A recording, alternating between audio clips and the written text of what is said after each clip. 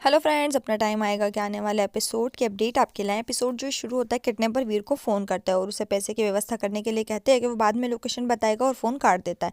इधर जो वीर ने है उसने जय को बांध रखा है, बंधा हुआ जय कुछ कहने की कोशिश करता है और बिरजू जो है उसकी बात सुनकर चिढ़ जाता है, उसको खोलता है और बोलता है कि वो क्या कह रहा है। जय ने उससे पानी देने की विनती की। फिर वीर याद करता है कि ऐसे रानी ने उससे पानी मांगा था और जय ने उसे पानी देने से मना कर दिया और पानी को फेंक दिया था। बिरजू वो याद कर उधर वो वीर वो याद करता है बिरजू जय के लिए पानी लेने के लिए जाने वाला था, लेकिन वीर उसे रोकता है और जय से उसे बोलता है कि उसे क्या चाहिए। जय उससे कहता है कि उसे पानी चाहिए। वीर बोलता है थोड़ा जोर से बोलो। वो बोलता है पानी चाहिए। वीर जय के सामने पानी पीता और उसके चेहरे पर पानी के छींटे मारता है और उसे याद करने के लिए कहता है कि उसने क्या किया था जब रानी ने उससे पानी मांगा था। बिरजू जो है जय को फिर से बांध देता है।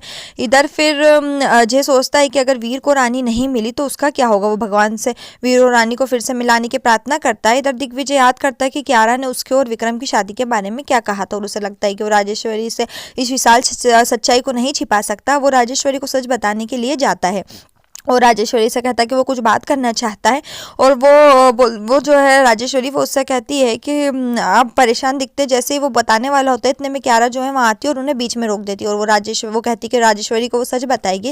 लेकिन राजेश्वरी जो है कियारा से कहती है कि अभी हम दोनों बात कर रहे हैं, मैं तुमसे बाद में बात करूंगी। वो कहती है कि जो दिग्विजय बताने वाले वो वही बात बताएगी। कियारा राजेश्वरी को बोलती है कि रानी की किडनैपिंग के पीछे जय का हाथ है और नंदनी को पहले से सब कुछ पता था।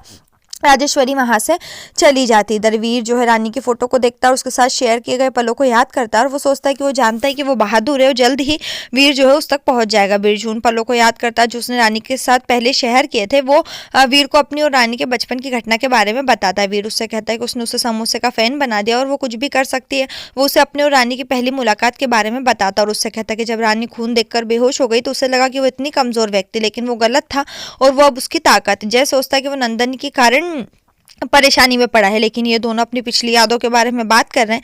इधर दिग्विजय जो है विक्रम के कमरे में जाता है। विक्रम उससे बोलता है कि वो यहाँ क्या कर रहा है। दिग्विजय उससे कहता है कि वो जानता है कि विक्रम उस पर गुस्सा है और बोलता है कि उसने सच्चाई को उजागर करने का फैसला कब किया।